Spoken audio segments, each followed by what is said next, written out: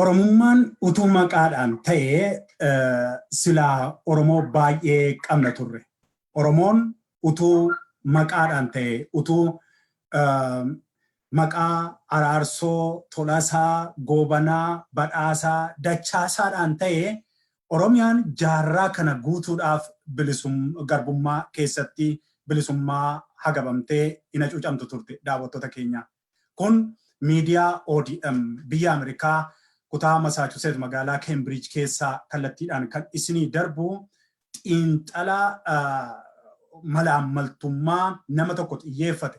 Namni har'aa kun namni maqaa masoosaati Geetachoo Asaffaa Oromiyaa yookaan ammoo yeroo ammaa kanatti Komishinerii Komishinaa kan jedhame kan Oromiyaa obbo Araarsaa Mardaasaati.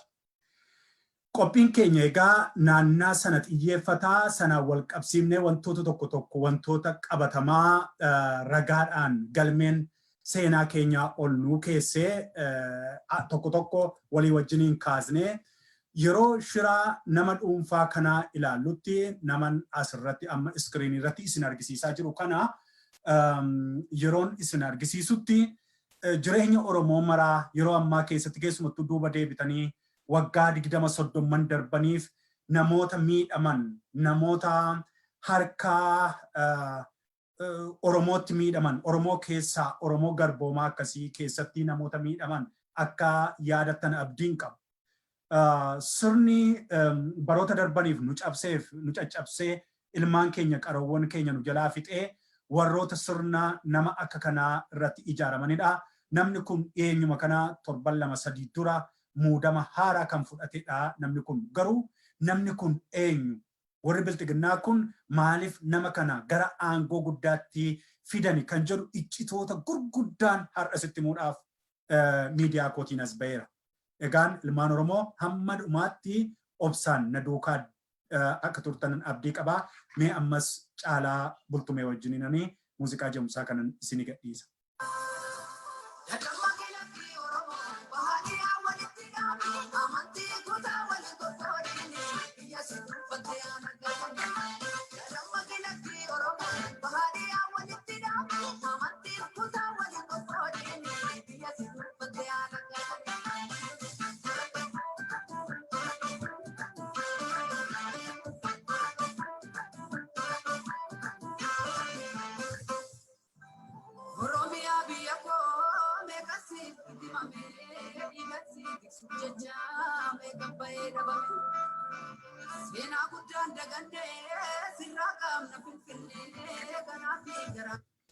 Egaan daawwattoota keenya ammas gidduutti akkasumas hin bashannansiisaa mee waa'ee nama Araarsoo kanaa waan gaarii barreeffame torban kana keessa nama maqaan isaa Faantaa Hordofaa jedhamu as iskiriinii korraa kan argitan akkas jedhe. Mee yaada kana na dhaggeeffadhaati. Yaada kanaan duuba kan jiru immoo xiinxala qabatamaaf dhugaa isin argisiisa. Akkas jedhe isinis na wajjin dubbisaa. Namni Faantaa Hordofaa jedhamu namni godina Shawaa Lixaa keessa jiru kuni kaabineen yookaan muudamaan bilxiginnaa tokko waa'ee isaanii maal jedhee kan barreessin isinii dubbisa. Keeyyata tokkittiidha waan ta'eef iskiriinii irras kunoo isinii kaa'eera. Akkas jedhe. Amboo warra karaan tokko warra garaan tokko. Godina Shawaa Lixaa godina qabsoon Oromoo jijjiirama har'a fide itti biqilee magaalaa Gincii biyya gootota kaleessaa farraa oomishte. Warra kaleessaa seenaan yaadan warreen har'aas gochaan argaa jirra. Shawaa Lixaa dargaggoota abdii biyyaa warreen akka Piraayim Ministeerii naannoo Oromiyaa obbo Shimallis Abdiisaa ulfaataa. Kantiibaa magaalaa Finfinnee Injiinar Taakkalaa Uumaa. Komishinerii pirezidaantii naannoo Oromiyaa obbo Araarsaa Mardaasaa biyyaaf gumaachiteetti jedhe.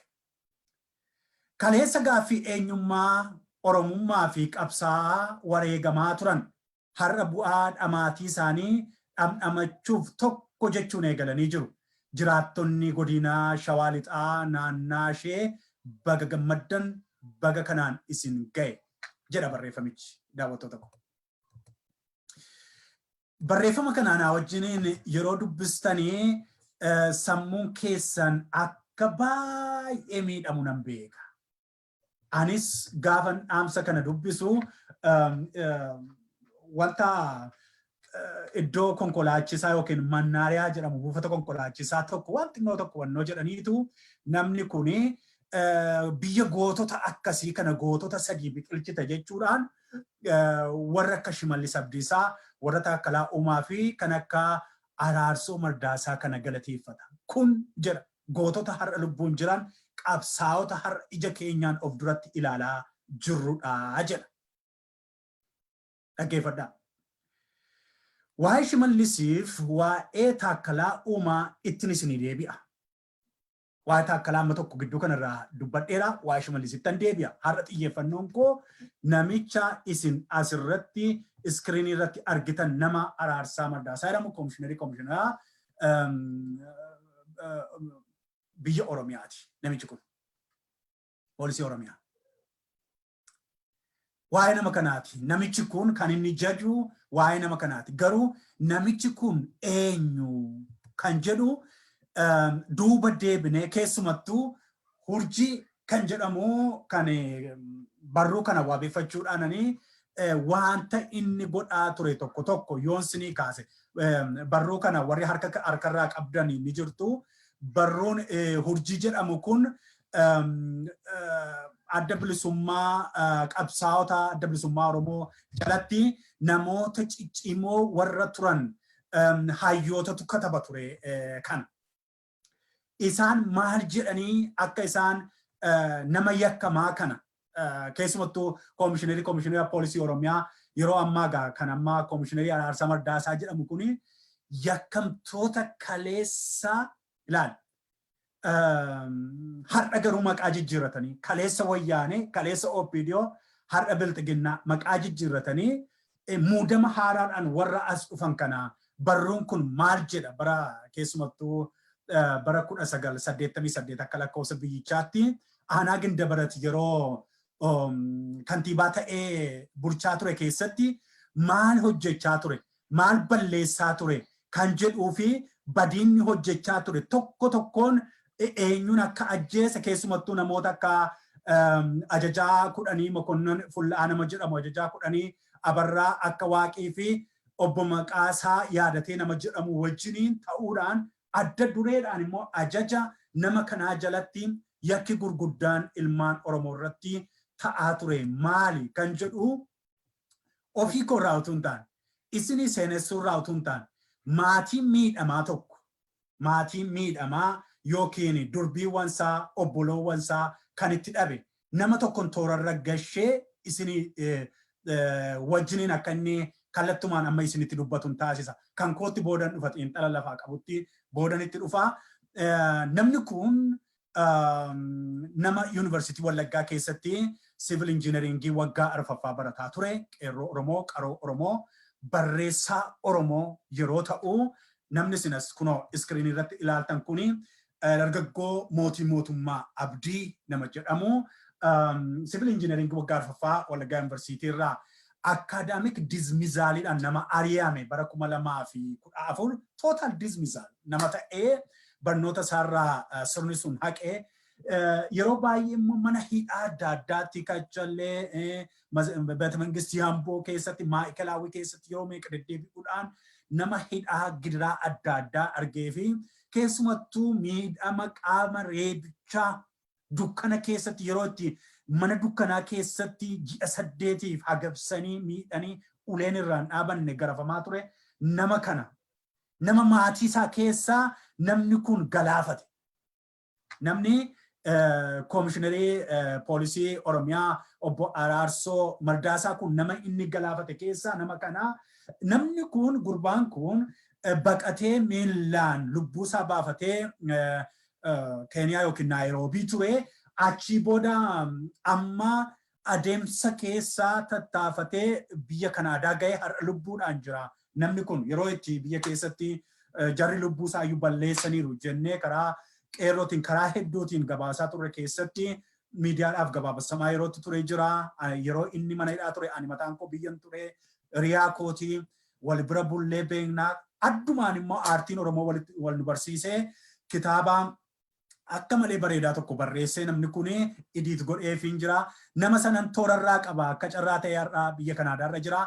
Maatii isaa keessa dubbii isaa namni kun ajjeesetu jira waan ta'eef inni maal jedhaa mee silkiirraananii yeroo ammaa kana quunnamuu yaalaa tura tolee dargaggoo mootummaa abdii biyya Kanaadaarraa nan beekaa hojiirra akka jirtu nan beekaa si mijatu dhiisuu danda'a garuu xiqqoo ishee ammane miidiyaa kootiin wanta kana iyyaafachaa ture keessumattuu waa'ee nama Komishinerii amma muudame kana obbo Araarsoo Mardaasaa kana ilaalchisee maatii keessan keessaa ajjeechaa inni godhee ati immoo walumaa galatti dhalatoo naannaa sanaa waan ta'eef abbaan keellee seenaa abbaa keellee urjiirraa kitaaba sanarraa yeroo barruu sanarraa dubbiseen jira gidiraanni keessa dabarsee mee kanaan wal qabsiisiiti addumaan Komishineriin poolisii Oromiyaa inni mareef muudame kuni badii inni maatii keessan irratti raawwate namoota inni ajjeesisee fi gidiraa adda addaa inni qaqqabsiise hamma beekturraa mee nutti akkuma kanas tole jettee naa eeyyamamtee ODM'tti dhufuu keetiif si galateeffachaa.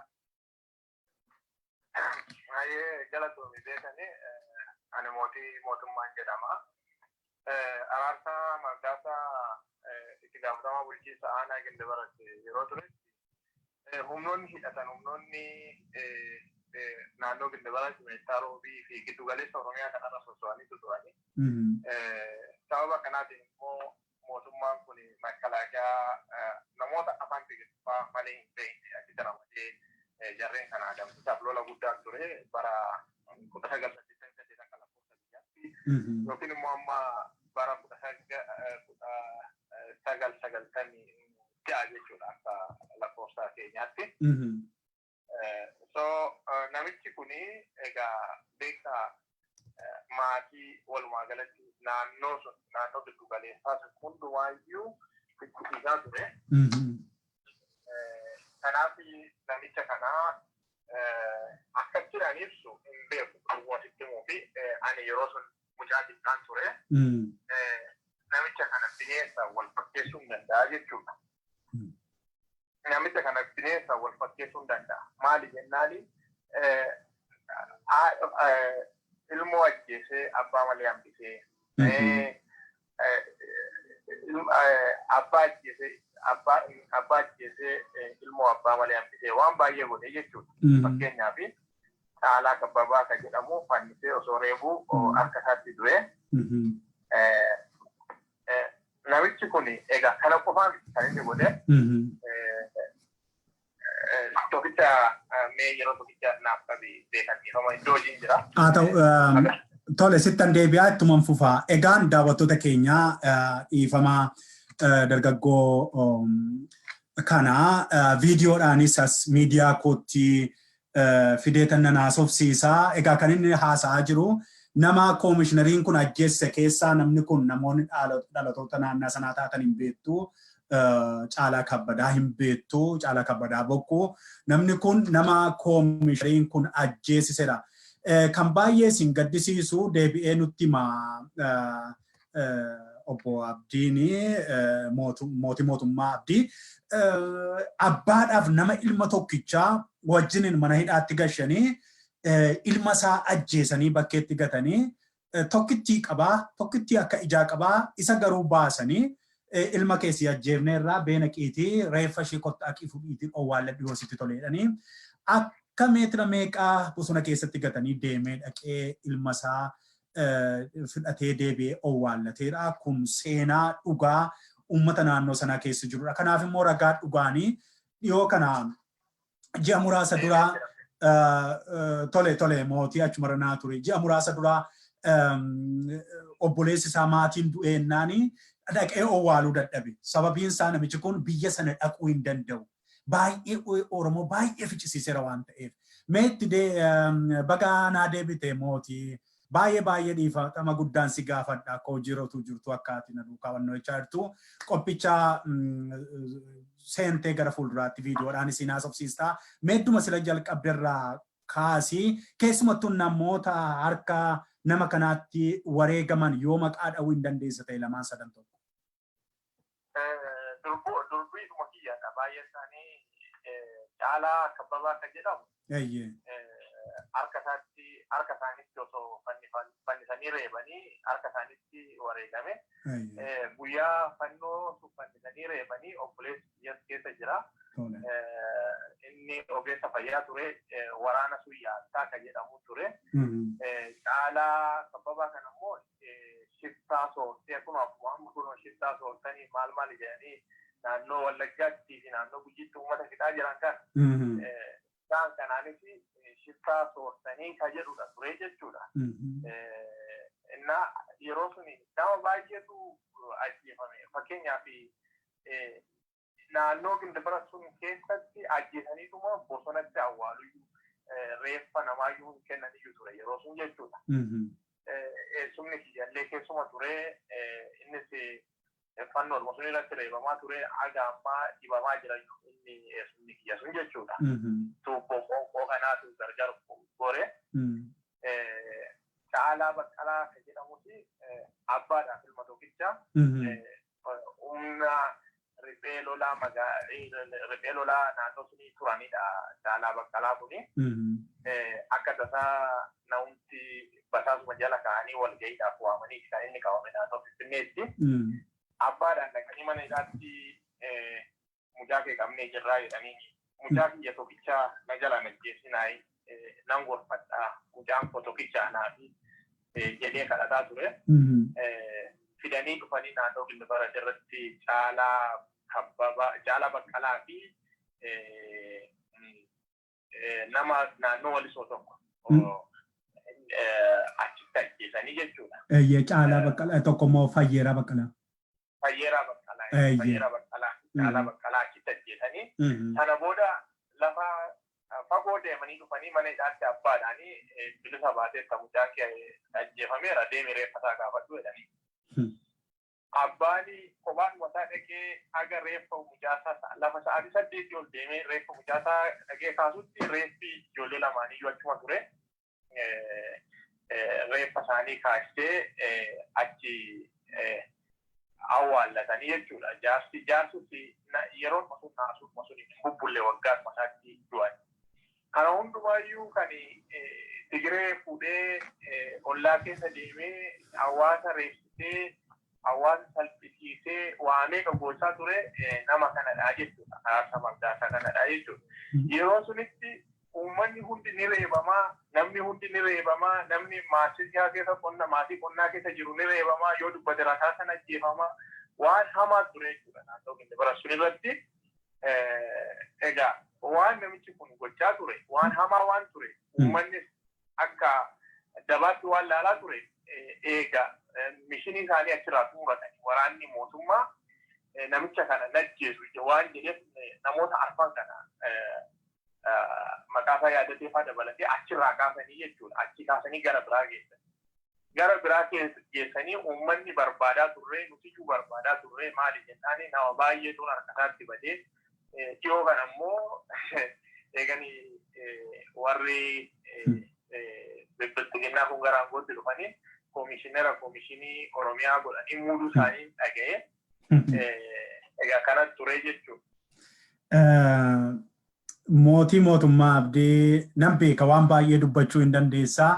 Tarii miidiyaa kootiif keessummaa godhadhee yeroo dhiyoottan dhimma kanaaf kana fakkaatuu fi atumtuu immoo akkuma dhuunfaatti gidiraa ati naannoo sana keessatti argitte dhalataa achi waan taateef eenyuma caalaa situ beeka waan ta'eef qabsoo keessatti hirmaannaa gochaa turte durbii kee harka namicha kanaatti dhabdeettaa eessumman kee dhabdeettaa fira keeti lammii kee qoboo kee akka walii galaatti immoo Oromoo qomoo kee harka nama kanaatiin dhabdeettaa amma gaa muudama guddaarra jira amma inni erga Komishineriin dhiyeenya kanaa du'e asii namni kun gara aangootti dhufuu isaati kan dhaga'amu kanaan wal qabatee gocha har'oo maal keessa jira maal hojjechaa jira erga muudamuusaan dura torbee lamaan dura maaltu ture kan jedhu immoo madda koo gara Finfinneetti naa dhufettanii darbaa siinasumaan si geggeesseetan yeroo biraasitti deebi'a baay'ee maqaa miidiyaa koof maqaa daawwattoota kootiin mootii fayyaa ta'iin siin jedha.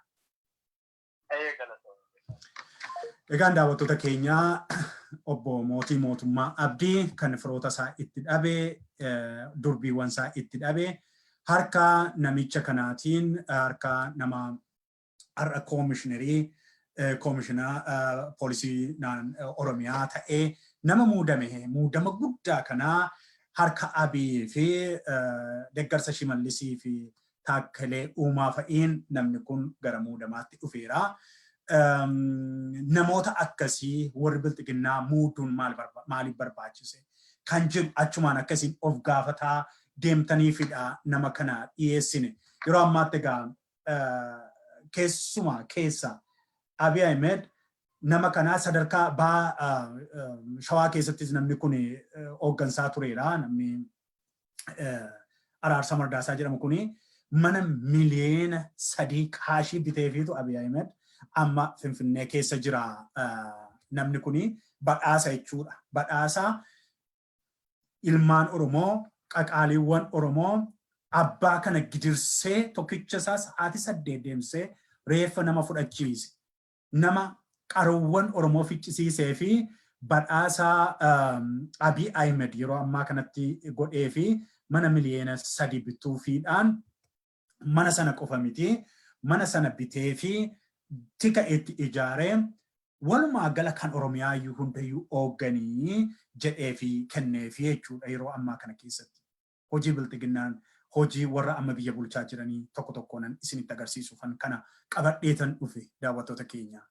Egaa kana wal qabatee egaa hurjiin yookiin waa'ee nama kanaa waggaa 24 dura waa'een nama kanaa namoota inni fixe katabameera. Nama erga waggaa 24 as Oromoo tokko tokkoon daguugu iddootti ergame hundaarratti ergama ajjeechaa nama raawwatu nama CV bareedaa sirna Oromoo nyaataa ture jalatti qabu har'as dhufee CV ajjeechaa sanaan balleessaa sanaatiin muudama guddaa argatee dhiiga ilmaan Oromootiin marcuma bareedaa qabatee jira jecha. Yeroo ammaa kun suuraan isaa bakkee irratti hin ba'u. Baay'ee eegamaa ijoolleen akkuma ammaa Mootii Mootummaa Abdii dubbatanii baay'ee barbaadaa jira hawaasichi. Namichi baay'ee du'eera ammayyuu baay'ee gaadamaa jira. Baay'ee barbaadamaa jira jechuun uummanni maatiin jalaa dhume barbaadaati jira. Karaa kamiin iyyuu namni immoo Oromoo jalaa bahuu hin danda'u. Oromoon si barbaadee yakka kee adda baafateennaan namni kun sitti marseef amma itti marsaniitu jiru kunoo namichi isa kana taa'u kanadha. Amma aangoo guddaarra jira. Namichi garuu gadi bahuu hin danda'u. Gara baadiyyaa deemuu hin danda'u. Olii gad deemuu hin danda'u. Sababiin isaa yakka inni hojjete kan waggaa 27 asii hundi seenaa qabatee galmee qabatee hojjetamee taa'aa jira. Dhaloonni keenyaa maatiin qabsaa'ota maatiin wareegamtoota nama bineensa kana barbaadaa jiru. Yeroo akkas barbaadamaa jiru kana keessatti gaa paartiin bilxiginnaa nama kana muudamaan as baase jechaadha. Muudama guddaa Komishinerii Komishinaa Poolisii Oromiyaa jechuun muudama guddaadha. Muudama kana kennameef jechuudha. Kana booda muuxannoo isaa isa namoota ajjeesu, isa namoota balleessu sirriitti itti fayyadamuu danda'a jechaadha. Ajajuu danda'a jechaadha. Abbaa barbaade ajajuu ajjeesisuudhaaf alana sirriitti akka garaasaatti dhimma itti bahuu hin danda'a jechuudha. Keessumaa amma maal hojjechaa jira? Yeroo ammaa kana keessatti egaa warra mootummaan dhiyeenya kana egaa gocha gara jabeenyaa tokko abbaa qabeenyaa obbo Dinquu Dayyaasaa irratti kan inni hojjeteef tikasaa ajjeesise yoo quba qabdu ta'ee abbaa qabeenyaa kana hin beektu tikasaa akkaataa isaan ittiin ajjeesisanii yeroo meeqa soodaree wal cubsisuun wal qabatee ajaja namni kun kallattiidhaan ergu ta'uusaa ajaja namni kun poolisoota ergee hojjete ta'uusaa ammuma torbanuma lama sadii asitti ajjeechaan raawwatan isinitti himaa jira amma kan waggaa 27 asii miti. Isaas qabatamatti namni sadii harka isaatti amma ajaja isaatiin wareegameera. Ajaja warra bilxiginnaatiin jechaadha. Maaliif nama kana already target gochuudhaan riizoortii sodaree sana cufaniiru maal godhanii aariitti baaniiru waan ta'eef naannoo inni karaa baasisaa jiru keessatti achi naannoo poosittitti illee dhaqanii eengadduma kana nama lama qotee bulaa keessa ajjeessanii jechuudha. Iddoonni namni kun maallaqa mataa isaatiin doozarii mataa isaa ajajee karaa naannoo baasaa fi jiruu fi keessumattuu ijaarsa namoota mannaan hin qabneef hiyyeessotaaf qabsaa'otaaf utubaan inni godhu isa rukutuudhaaf ati foollee nurratti ijaaraa jirta. Mootummaan nurratti ijaaraa jirta. Nama nutti nu dhiphisaa jira namni ati ijaartu kun nu sodaachisee jira jechuudhaan ajaja namicha kanaa namni kanaaf galma naa geessisu jechuudhaan Abiy Ahmed namni inni muuddatee nama dhaqee hojii ajjeechaa beekamaa kana raawwatu nama kana kaatee hojii akkasiitti deemaa jira jechaadha namni kun. Namni kun hojii akkasii hojjechaa jira daawwattoota keenya kun hojii qabatamaa har'a adeemaa jirudha uummata keenya keessa. Kanaaf akka bartaniifidha kan isin argisiifne. Keessumattuu amma kaayyoon namoota qabeenya qaban kanaa naannaa sanatti qabsaa'ota gameeyyii fi beekamtii kennuudhaaf dhiyeenya kana keessumaa obbo Dinquu Dayyaas kan inni walgahii tokko riizoortii Soodareetti erga galma milineemii eeyyama gaafatanii turanii koreewwan qophii tokko qopheessuudhaaf. Qophiin sun qophii kaayyoo sadii qabu ture. Qophii tokko ajaja nama kanaatiin ajaja nama Araarsoo jedhamuutiin wanta raawwatan isinii ibsuu barbaade. Seenaa qabatamaa maddeen koo naannoo Adaamaa fi Finfinneerraa erganiini namoota 6,000 ol ta'an kan walitti qabatu kan kaayyoo gaggaarii sadii qabu qopheessuudhaaf obbo Dinquun namoota hedduuf waamicha godha. Qabsaa'ota keessaa, foollee keessaa, baaduulaa keessaa, bakka bu'oota mootummaa keessaa namoota walitti waamee inni abbaa duulaati waan ta'eef karaa nagaadhaan akka seera sirna gadaatti gara kan biraatti isa deebisee piroomoot ta'uuf muudama abbootii gadaatiin eebba abbootii gadaatiin argateen sana raawwachuudhaaf kaayyoo sadii qabateetu qophii guddaa tokko qopheesse maallaqa mataa isaatii baase. Kaayyoon sun maal ture? Qabsaa'ota gameeyyii fi beekamtii kennuu fi keessumattuu warroota bara jireenya isaanii qabsoo keessatti xumuranii fi har'a immoo warra ilmoorra haadha ilmoorra teessisanii warra haadha aartistoota warra baranuu jiraannu kana keessatti mootummaa wayyaanetiin salphifamanii kanaaf beekamtii fi deeggarsa isaan madaalu kennuudhaaf waamaan. Isa qofa ammoo miti. Wixinee tokko immoo qopheessee ture. Wixinee kana mootummaa barsiisee ture namni obbo Dinquu Dayyaasaa jedhamu kun. Piroopoozaalii tokko dhiyeessee ture. Piroopozaaliin sun immoo jireenya uummataa kan jijjiiru manneeniif namni dinagdeedhaan qabeenyaan akka of ta'u qeerroon har'a burjaajoftee mana mannee dhabde kun ijaaramtee akka isheen hojii jalqabdu akka isheen lafa mataa keessa kaa'attee hojii hojjettu kana hojjechuudhaaf piroojeektii mana ijaaree kennu manas immoo bituu mana kondominiyeemii kan mootummaa jiran bitee isaaniin itti gashuudhaaf isaa qopheessu foolleewwanii fi abbootii duulaa ijaaruun keessumattuu warraaqsa dinagdeen sadaffaanii akka waliigalaatti akka Oromiyaatti yeroo darbe ibseera kana guutummaatti diriirsee namnuu Oromoon harka wal qabatee hundumtu wal faana akka guddatu wal faana akka ifa argu jijjiirama dhufe erga jedhamee jijjiiramni kun dinagdeedhaan haa tumsamu kaayyoon koo miliyeenerii akka kootii yookiin ana caalan baay'ee Oromiyaa keessatti arguudha jedheetu fudhatee ka'a. Ergasii booda namichi kun ajandaa isaatti ka'e. Isa sana hin agarsiisanii guutummaanumatti suni walga'iin sun walga'ii waamicha sanaa hojiitti ni hiikamne mootummaan hin agarsiisee xalaatti barreessee sakatta'aa jirra jedhee maqaa adda addaatti kennee shaneetu akkasii walga'ii gochaa jira maaliidha kaka'umsa akkasii jira foollee walitti qabee kanaaf immoo kun immoo farra kaayyoo bilxiginnaati jechuudhaan bilxiginnaan Itoophiyaa ijaara malee dhimma Oromoo kan qabu akka jechuuti. Namichi kuni ajaja namicha kanaatiin egaa tarkaanfiin fudhatamee lubbuun tikootaa darbeera jechaadha. Maatiin lubbuun darbe sanaa waraabamee akka dhufuu fi karaa miidiyaa kootii dhaamsa tokko godhadheen jira, eegaan jira. Viidiyoon sun gaafa dhufe immoo maatii namni kun wareegsise har'aa kana erga torban 2-3 asii erga gara aangootti dhufe ajjeechaa namichi gochaa jiru kunaa viidiyoo yookiin kutaa lammataa isa itti aanuttanii qabadheetan bal'inaan isin argisiisaa jechaadha. Egaa dubbii koo gara gudunfaatti utuu hin fidiin duraa maaliif namoota akkasii kana saaxilla? Namoota akkasii kana saaxiluun maaliif barbaachisee kan jedhu ijooluma tokko yoon dubbadhee sirni kun immoo yeroo baay'ee namoota barnoota hin qabne nama akka kanaa namni kuni kutaa barnootaallee hin qabu nama barnoota hin qabnedha. Isuma dhugaa kun isiniin jira nama kompiiliitii illee miti nama iskuuliyyuu fixa miti haadha komishinerii olaanaadha. Nama akkasii kanatti nama sammuun hin jirre nama homaa hin dandeenye nama ofirratti mugu nama akkasii kana gara aangootti fiduun Oromiyaa fayyaduuf immoo yeroo poolisii Oromiyaatiif komishinerii ta'u poolisoota Oromiyaa keessa sabboontotatu hin jiru moo namoota barumsa qabantu poolisoota Oromiyaa keessa hin jiran immoo poolisoota Oromiyaa sinumaan gaaffii gaafadha. Poolisoonni Oromiyaa keessa 1000 hedduutu jirtu. Namni ani iskiriinii irratti isin argisiisaa ture komishinerii namni jedhamu kuni namni Araarsaa Mardaasaa jedhamu kun dhuguma barumsaan sin caalaa, dhuguma sabboonummaadhaan sin caalaa, dhuguma Oromoodhaaf yaaduudhaan isin caalaa namni kun.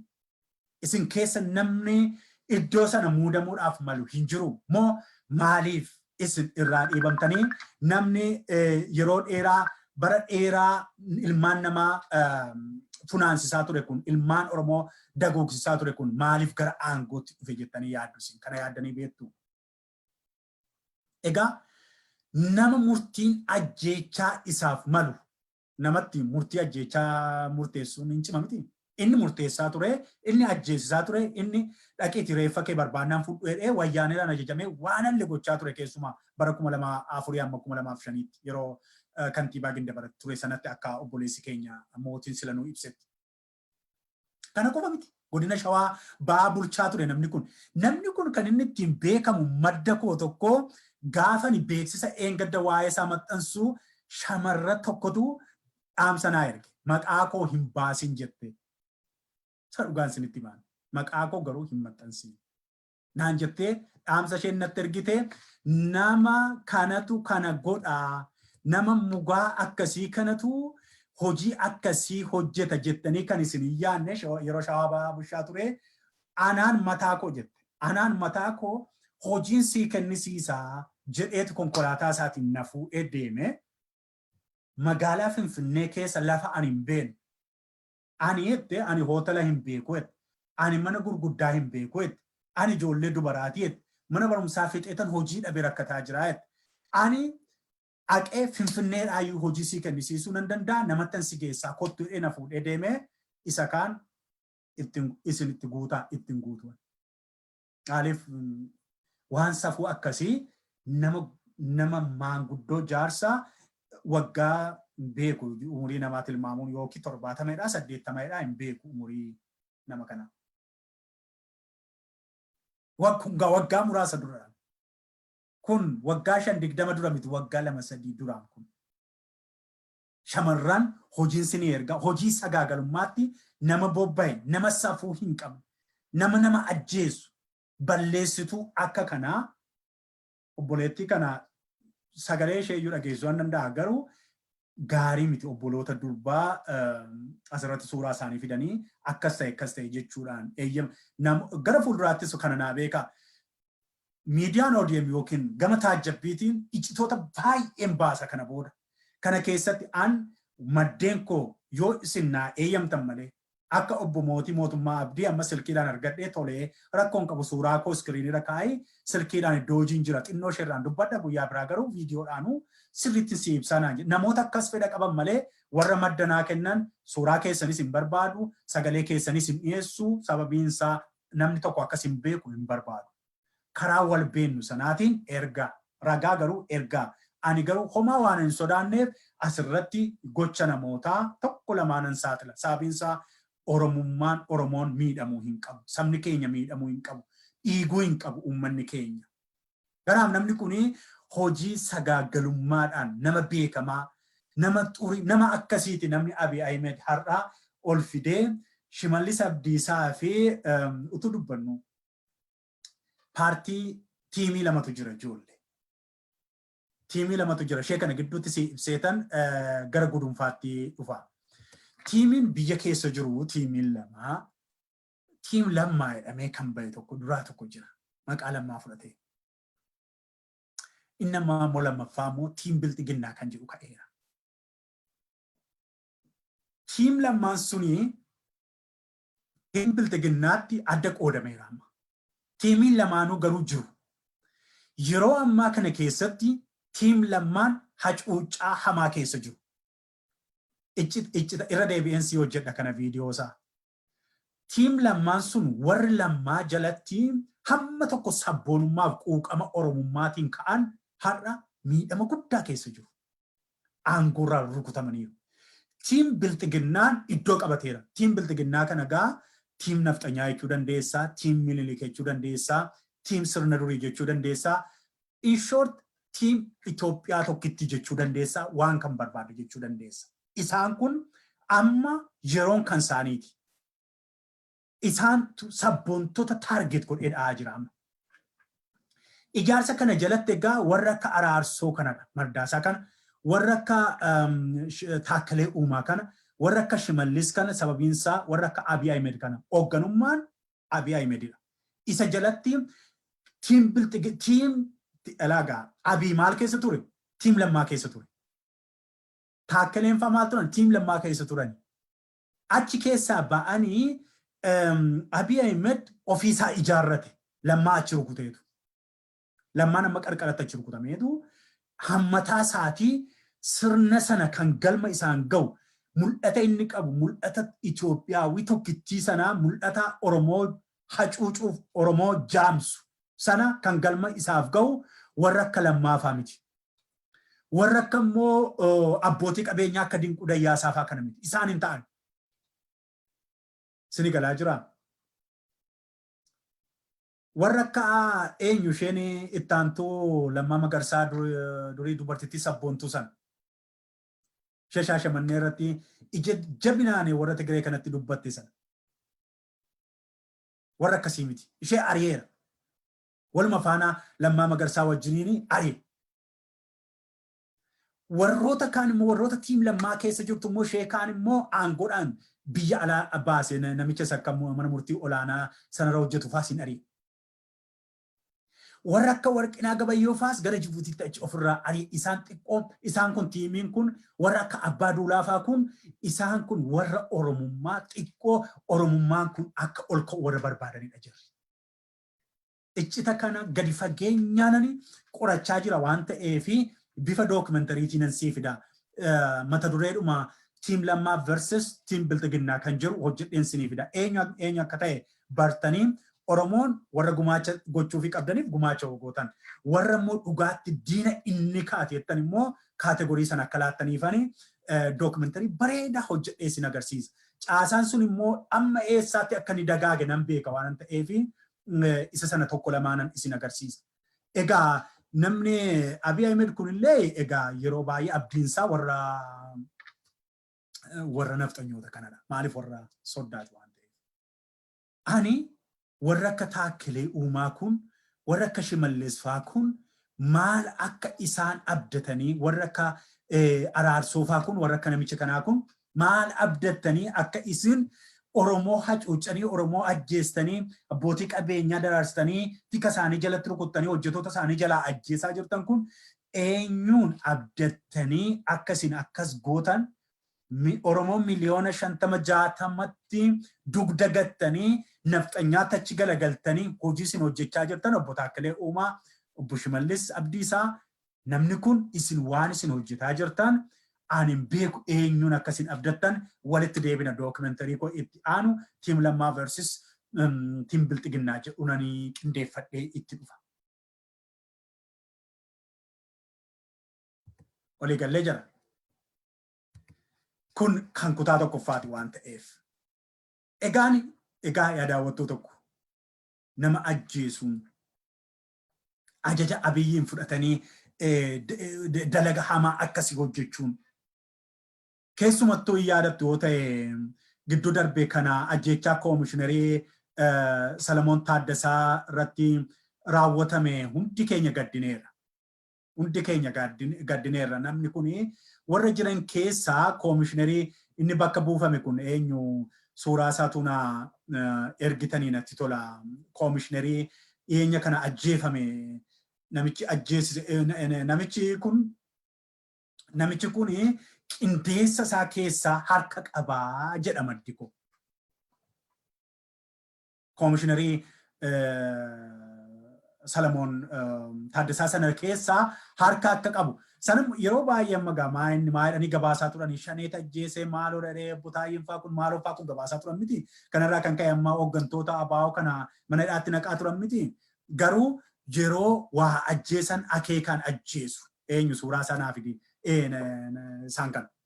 Nama baay'ee qaxalee nama dargaggoo dhugaatti umurii dargaggummaa qabu ilmaan isaarraa ajjeesanii nama kana. Nama kana. Nama jijjiiramaa. Nama tiim Lammaa jala jiru. Iccita waa'ee tiim Lammaa fi tiim Bilxiginnaa yeroon dookumentarii isaa hojjedhu akkaataa itti tiim Bilxiginnaan kun neetwoorkii tiim Lammaa kana ilaalaagaa humna biyya sana keessatti wal sochoosaa jiru. Humni qeerroo bilisummaa Oromoo jira.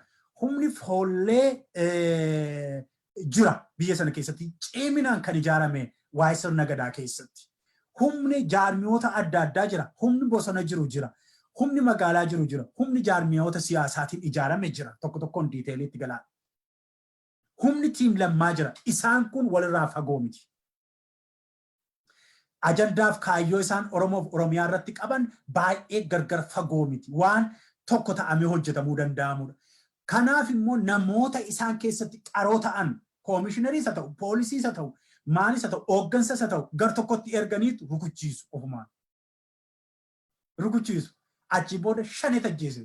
Achi booda humna nama nyaataa bosona keessa jirutu ajjeese. Marrootu ajjeese jiru.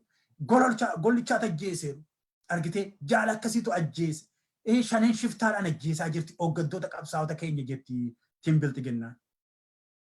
Cubbuu guddaa deemaa jira. Oromiyaa keessa cubbuu guddaatu deemaa jira. Yakka gurguddaatu deemaa jira. Nuti wareegama namoota akkasiirraa ilmaan isaa xixinnoota obbeerraa namni kun wareegamuun namni dargaggeessi akkasii kun utuu dogoggora qabaate illee namni akkasii kun singatu namni dargaggeessi akkasii kun nama jijjiiramaati waan ta'eef namoonni akkasii singatanii bara Oromoonni akkasii kun nama akkasiifaa ajjeesanii neetwoorkiin kun. Maaliif? Nama akka garaatti isaaniif ajajamuu danda'u nama akkasii kana fiduudhaaf nama akkasii kana bakka buusuudhaaf nama akkasii kana nama qaroo akkasii kana ajjeestaa jechuudha biyya sana keessatti. Biyya cubbuu. Biyya cubbuu, biyya yakkamaa. Sakaleessa dheengadda ajjeefamaa dhufensii lakkaa'uuf yeroo nuun hangafu. Cubbuu akkasiitu nama kanaan hojjetamaa jira. Ajaja nama kanaa jalattiidha har'a waboon adamsamee eenyu adamsamee ijoolleen xoxobbeen kun leenjitee gara bosonaatti gadi adeemte kan isheen obboloota ishee wajjiniin wal ajjeessaa jirtu ajajoota warroota akkasii kana. Ajajoota warroota akkasii kanaanidha. Tokko lamaan itti dhufa. Kun kutaa jalqabaati. Isinitti dheeressuu nan barbaachisu. Dhumarratti daawwattoo tokko wanti nuti kana booda asirraa ODM irraa xiinxaluu mataa isin dhukkubsuu mala. dhugaatti isin gaddisiisa. Waan imimmaan isin harcaasisu waan baay'ee seenaa biyya sanaa yoon viidiyoolee agarsiisuu sodaadhe nageenya biyya sanaatiif namoota achi jiraniitiif namoota maatiin jalaa dhuman yakka gurguddaa jarri kun godhaniin sagalee fideetan isin dhageessisa iskiriinii koorratti. Namoota hammar'aatti wareegaman dookimentii goonee dhalootaaf ol dabarsina. Salphaa isinitti hin fakkaatinaa qophiin hojjedhu kun. Salphaa isinitti hin fakkaatinaa. Yeroo sanatti warri urjii barreessan kun seenaa namicha kanaa waggaa 24 dura barreessanii kaa'aniiru. Seenaa sana har'a riiferaansii godheetan wabii godheetan achi jalqabee seenaa isaa odeessuu jalqabeen jira seenaa nama kanaa. Har'a ammoo bakka urjii keessanii kan sinii bu'e ODM'dha. Kan barri gaafattuun dijitaali. Dijitaaliidhaan sagaleedhaan dookimenterii qindeesseen qopheesseetan sinii naqa. Kanaaf kana booda namoonni as keessatti namoonni dhuftanii ana biratti dookimenteriin kun isin irratti hojjetamu isin dhaloota keessaa baddaniitu. Boriftaan immoo dhalataan na booda dhufu immoo isa ani har'a naqu kana wabii godhateetu ittiin dhaloota kan barsiisa. Seenaa keessan seenaa xuraa sanyii ijoollee isin hortan Oromoo keessa jiraachuu hin dandeessu. Warra akka taakkalee uumaallee mana bitataniiru ijoollee isaanii biyya Ameerikaa fidatanii jiraachifachuu danda'u. Sabboontonni Oromoo biyya keessa jirtan hin dhaamsa isinii qaba. Ani yakka ajjeechaa isin raawwattan, badii isin raawwattan, aartistoota ta'aa, eenyuun ta'aa, qabsaa'ota ta'aa, jaarmiyaa hoogganaa maal ta'aa. Ani tokko tokkoonan dookimenterii hojjedheen beekumsan qabuunani dhalootaaf kaa. Ijoollee keessanii sababii keessaniif mandara keessana keessa Oromiyaa keessa gara fuulduraatti jiraachuuf rakkatti. Ofirratti muka muraa jirtu. Isinillee hin baddu, isinillee hin duutu ta'a. Dhaloota isinitti aanee dhufu ilmaan dhashitan ilmaan keessaniitti summii horaa jirtu. Sababiinsaa qophiin hojjedhu kun summiidhas. Summiidha. Qindeesseen kaa dhalootatti dabarsaa jira waan ta'eef qindeesseen kaa waan ta'eef biyya keessas jiraachuu hin danda'an biyya alaa yoo dhufanis immoo Oromoon lammiin biyya sanaa dhalate addunyaarra faca'ee waan jiruuf hin jiraachisuu hin danda'u. Kanaaf seenaa lammii keessanii balleessaa jirtu. Namoonni hojii badaa hojjettan, hojii hamaa warri hojjettanii hojii keessan taajjabbii kan hin jedhee ba'eef kana. Kanaan dura barreeffamaan saaxilaa ture waan baay'ee amma barreeffama qofa miti. Barreeffamatti viidiyoon dabale. Miidiyaan dabale amma. Miidiyaan kun saatalaayitiitiin guddata gaaf tokko. Ka saatalaayitiitiin guddanne kan na godhee maallaqa saamuun beeku maallaqa maal godhee shiraan eessaayyuu fiduu waan hin dandeenyeef waan hin danda'u bilisaan akka kana taa'ee waan hin qabu laaptooppii koo irratti akka kanatti hojjechaa nan jira. Laaptooppii tokkitti xinnoo irratti. Beekumsitti dabalamee akkas miidhagse. Kanaaf ittuma fufneetu hojjennaa isiniin aarsuu kana caalaa oduu isinitti dheeressu dhumarratti warra wayyaa kana piroomoshiniin hojjetamu dhumarratti miidiyaan kun piroomooshinii yeroo darbe hojjetaa ture kan adde mooyi xilaa'uun wayyaa aadaa seennuu ergite. Amma immoo kun uffata abbaa duulaati. An abbaa duulaa caasaa abbaa duulaa keessatti warra ijaaramanii gara namoota dhibbaa caasaa biyya alaa kana keessa jiran foollee biyya keessaa beekumsaan barumsaan waan adda addaatiin warra tumsan keessaa ani tokkodha. Ani tokkodha. Kanaafi ani wayyaan koo na bira ga'eera warri Oromiyaa wayyaa kana na biraan geessan hedduu galatoomaa har'a ganama kana na bira ga'ee gara fuulduraatti wayyaa yoo xinnaate wayyaa akkasii wayyaa abbaa duulaa kanaa 100 nan barbaada. Akka 100 nan barbaada. Ergan namoota miseensota keenya dubbisee booda ergaan takka akkamitti akkasiin hojjettanii nu ergitan haala karaa qaama ilaallatu isiniin dhaamsa koo nan dabarsaa. Ammasitti galatoomaa jechaa kunoo kana booda akkaataa adda addaatiin aadaa keenya fakkaataa, Oromoo fakkaataa, Oromummaa fakkaachaa, Oromoo hin jabeessinaa, Oromoo gara fuulduraatti hin tarkaanfachiifnaa. Dukkanni kun immoo raawwatee hin hafu. Bilxiginnaan immoo biyya sana irratti bara baraan mootee hin haftu. Yeroo dhiyoo qabdi. Ji'a muraasa waggaa xinnoo qabdi. Sirni sun sirna nafxanyaa Oromoo irratti Oromiyaa irratti hin dagaagu. Kanaaf immoo qophiin hundumtu ta'eera hin sodaatinaa. Haa tokko hin sodaatin foollee hin sodaatin abbaa duulaa biyya keessa jirtan hin sodaatinaa. Hojii keessan gaarii ittuma fufaa. Dhiyoodha baay'ee dhiyoodha. Baay'ee dhiyoodha rakkina kana irra aannaa Oromiyaan ifa guddaa tokko hin argiti. Kanaaf immoo warri biyya alaa jirru hamma dandeenyetti hayyoonni jiran wal ijaaraa jiru. Ijaarsi kun immoo isinumaan tumsuudhaaf yaadaan isin tumsina. Karaa dandeenyeen tarsiimoodhaan isin tumsina. Ijaarsa neetwoorkii ammayyaa diriirsinee isinii kennina.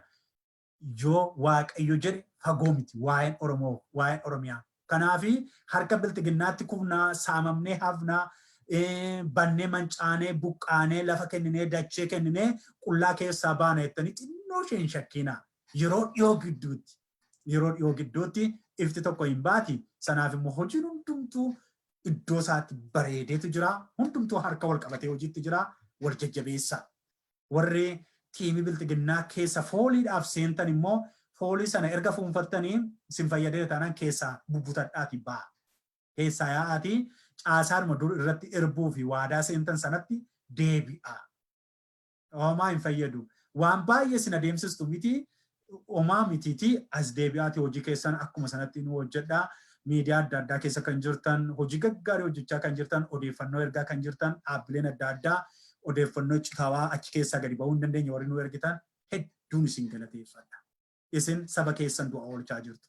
Kanaaf itti fufaatii naa ergaan isiniin jedhaa.